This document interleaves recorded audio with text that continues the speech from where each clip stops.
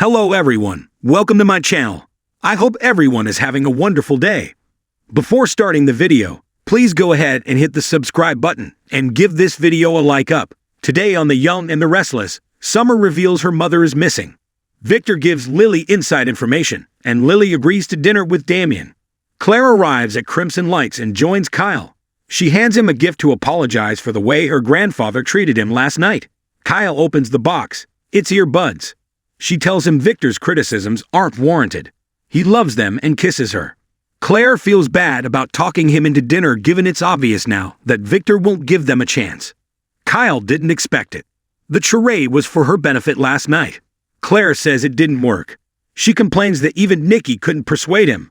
Kyle expected it. He warned her that he hates his father and the Abbott family. It's trickled down to him. Kyle vows he won't scare him off, but Victor is relentless. He'll turn on the pressure until she finally throws up her hands and gives in. Victor welcomes Lily into the ranch and she muses. So you said you had information about Damian Kane. Victor tells her he had a meteoric rise in the business world. One might call it an overnight success. He's an interesting fellow, but a serious chap. He hopes the information he gives her will ease the tension between them. Lily wants to hear the info first. Victor tells her about the two companies he owns. He came to Los Angeles years ago without means. Lily asks how he built the companies. Victor says he didn't build them. He took them over. She asks, with what means? Victor replies, that's the mystery. Lily frowns. So Damian Kane took over two successful companies with no money. Victor says he was granted ownership on paper. The real owner is Aristotle Dumas. Lily recalls that the author of The Count of Monte Cristo was Alexander Dumas. Victor says Damian runs the companies through a corporation called Arabesque. Victor explains that this Dumas is always ahead of the fluctuations in the market. Either he's a brilliant businessman or he's up to some suspicious activities. Lily thanks Victor for answering her questions, although she feels like she knows less about Damian now. Victor asks about her interest in the man. What are you getting yourself into? At Nate's place, he hopes Damian's arrival means he's reconsidered his position on his mother and on him too. Damian isn't sure about all that, but he's been thinking about it. He'd like to talk to his mother alone. Nate has a meeting to get to and tells them to take all the time they need. Amy assures him she'll be fine. Nate tells Damian he'd like to have a conversation too before he leaves. Damian nods. You're next on my list. Nate exits and Damian asks Amy what she expects. What does she want from him? Amy doesn't know what she have done with Nate and Audra. Damian tells her that her answer to his question could decide everything going forward. All she wants is what she already asked for, your forgiveness. She wants to know that when she says goodbye to her son, they're okay again. She'd like him and Nate to get to know each other, and maybe care for each other. Damian warns that would take more than a couple of days if it even happens right now. Let's just focus on you and me right now. Amy nods.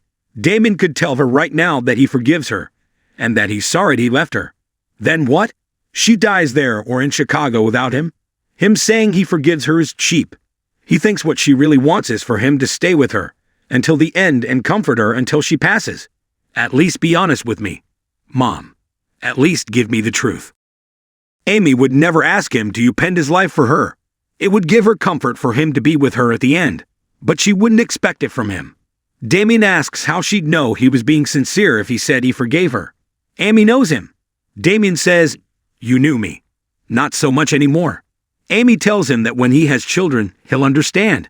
All she has to do is look in his eyes, and she'll see the truth. You can't break that bond. Tearing up, Damian says that's probably true. Amy asks if he can find it in his heart to forgive her. She can't understand how they ended up so far apart. What did she do that was so wrong? Damian hollers, you let my father die. Now it feels like she's taken him away all over again. That's why.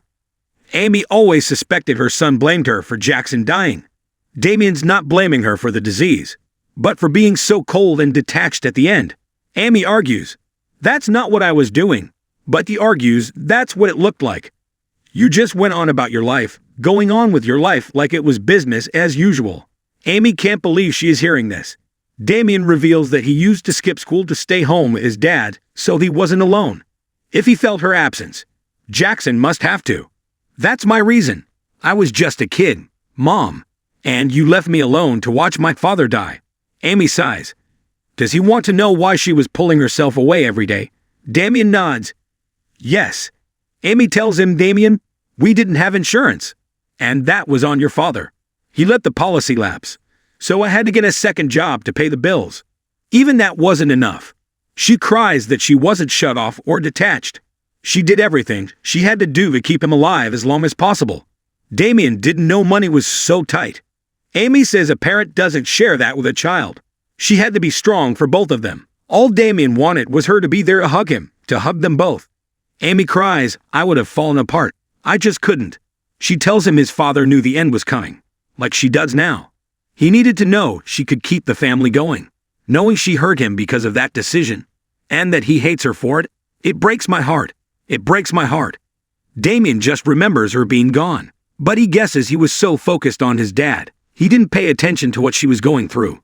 He's sorry. Amy's sorry for not being there. Damian can't end years of resentment in one conversation, especially with the revelation that Jackson wasn't his father, and some stranger named Nathan Hastings was. She didn't need to tell him. Amy couldn't go on with him hating her and thinking she didn't care for Jackson, the man she loved and adored. Damian says, and lied to. Amy asks Damian to try and understand. Damian is trying, but it will take some time. Amy cries, I don't have much time left, honey. Damian is sorry, but that's how it has to be right now. Amy asks him to promise one thing. If he can't take these last steps with her, will he tell her in person? Damian nods, yeah, I'll do that. Amy asks if she can hug him. The one that you wanted so long ago. Damian reluctantly accepts it. At Crimson Lights, Claire is surprised Kyle will even suggest she give up on them. Kyle says Victor will hammer away until she can't take it anymore. Claire insists that won't happen. She reminds him she grew up with someone who controlled her. She didn't escape that prison to jump into another one with her grandfather. If he can't embrace this, that's his problem. I'm not going anywhere. Kyle smiles. Victor can only break them up if they allow him to. Neither will give him the satisfaction. They kiss. Summer enters the coffee house, texting her mom again. Kyle, at the counter, asks if everything is okay. Summer says her mother is missing. She and Daniel haven't heard from her in over 24 hours. It's not like her. I'm really scared. Summer goes into Kyle's arms for a hug. Claire looks away uncomfortably. Summer apologizes and Kyle tells her, forget about it. He asks if they called the police. Summer nods, but it's like she just disappeared. Kyle tells her there could be an innocent explanation. Summer supposes, but the longer she's gone, it's just driving me a little crazy right now. Summer joins Claire and Kyle's table, but doesn't want to interrupt their date. Kyle says, it's not a date. Summer appreciates him trying to cheer her up about her mom. She asks how dinner with the grandparents went. Kyle winces, about as expected, but they stood their ground. Victor knows he has no influence over their relationship. Summer warns he always gets what he wants. If he doesn't want them together, he'll find a way to end it. She thinks Claire must be feeling it sucks to have Victor Newman as a grandfather. Not that we ever had to deal with it, she says to Kyle. Am I remember that correctly? Kyle reminds her that Victor didn't have it out for him then, and he's protective of Claire. Summer's noticed. He's always known she can look out for herself. Claire can look out for herself too, and won't let anyone ruin this. She's happy. Kyle says, we're happy. Summer heads out, thanking Kyle again. At the door, she pauses and looks back at the couple. At the ranch, Lily tells Victor she was just curious about Damian. Winters isn't planning to do business with him. Victor asks, it's personal. Lily laughs. She thanks him for the information. Victor's never known her to be this evasive. Lily says she learned it from him and Nikki. Victor warns he'll find out. Lily has nothing to hide. Damian joins Nate at the GCAC and tells him that he and Amy talked about some pretty heavy stuff, but he doesn't know if that will fix everything between them. Nate urges him to have another conversation with her. Damian admits they made progress, but he was wishing they'd never brought this into his life to begin with. Nate asks, do you think this was easy for me? Damian says it's not the same. Nate gets that, but he has no regrets. His mother is a good woman who loves him very much. That has to count for something. Damian concedes or learned things today he didn't know before. Nate urges him to take the next step then. It will cost him nothing and will mean the world to her. Lily arrives at the club and joins Nate and Damian. Nate learns that his brother introduced himself to her recently. Damian tells Nate that he heard him, but he'll need a little more time.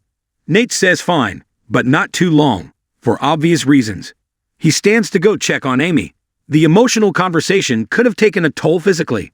Damian asks him to let him know that she's okay, and they shake hands. Nate goes, and Damian tells Lily he met with his mom. She asks how it went. He tells her she'll have to agree to have dinner with him to find out. Lily agrees. Nate arrives at home and asks Amy how she's feeling. She's not sure. He checks her pulse and says her heart is racing. She's just exhausted, mentally and physically. I think it's over. I don't think Damian is going to forgive me. She all but forced him to give her a hug when he left. Nate says Damian told her about their talk, and he didn't get the impression he wasn't coming back. He was concerned about her health.